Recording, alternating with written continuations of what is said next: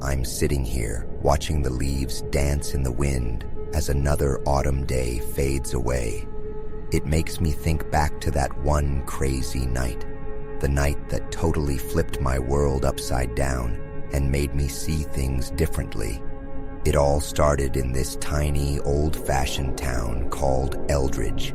Seriously, it was like something out of a storybook. But it had this dark secret, an abandoned mansion with all sorts of spooky stories attached to it. People called it Whispering Shadows, and the name alone was enough to give you the creeps.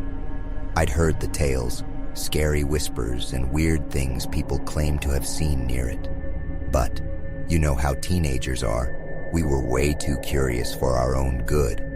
It was a typical chilly autumn evening, the kind where the air just wraps around you. We were all hanging out around a campfire, cracking jokes and trying to scare each other. There was me, Emily, Jake, Sarah, and Tom. The fire was nice and warm, but you could still feel that cold in the air. Then Tom, being the troublemaker he is, throws out this challenge. I dare you all to spend a night in that mansion. My stomach instantly dropped. Are you nuts? I said, probably sounding like a wimp.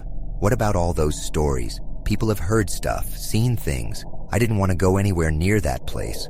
But Jake, Mr. Confidence, tried to reassure me. Come on, those are just stories to scare people. We can prove there's nothing to be scared of. So after some serious back and forth and a whole lot of nervous energy, I caved. I mean, what was the worst that could happen? The idea of finding out what was true was in our minds. We found ourselves standing in front of the mansion as the clock struck midnight. The mansion looked so spooky, barely there. The old iron gate made this blood-curdling creak as we pushed it open. The air got even colder, like it was warning us to turn back. Every step we took crunched in the leaves and sounded really loud. Inside, the place was dusty and smelled like old wood. The entrance looked cool in its past, but the elegance was gone after the test of time. You could hear us echoing in the halls. With every creaking sound, I felt I was getting a heart attack. As we walk, I feel something. There were voices saying things like the wind was talking in a language I could not understand. Shadows would be in my peripheral. My body was shaking badly. It's just the wind, Sarah said, and I tried to believe her, but I was having a hard time. The library looked dusty and full of things that time has forgotten. The voices were getting louder and closer. All of a sudden, a burst of air came in and blew out all our light. Then, there was a lot of panic. We were looking everywhere for our phones to help, as we were using the dim glow that was lighting our faces. Then, I saw something on the mirror. With words that someone has written in the dust, it said, "Help me." My body got as cold as ice as my heart beat its way out of my chest. The voices turned into more. The house began speaking, saying to get help now. "Hello?"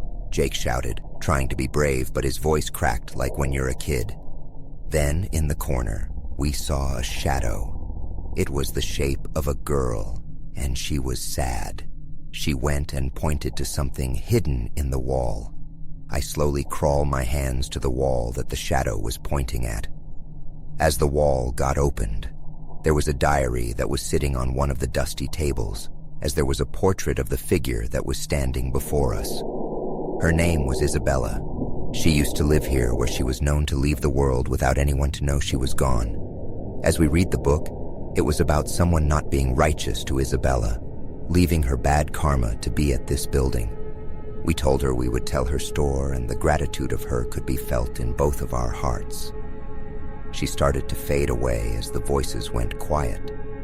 The house was silent without the burden that they were carrying as we stepped out into the evening time, feeling the burden of Isabella in our hearts.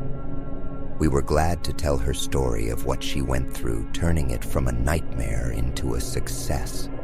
I changed badly as I learned things that I did not know. The voices were not there to be mean, but the cries of a lost soul crying for help. As we were heading out of Eldridge, I was carrying the burden of Isabella to be a hero, even if things were not meant to be. The light shines more the darker that it is.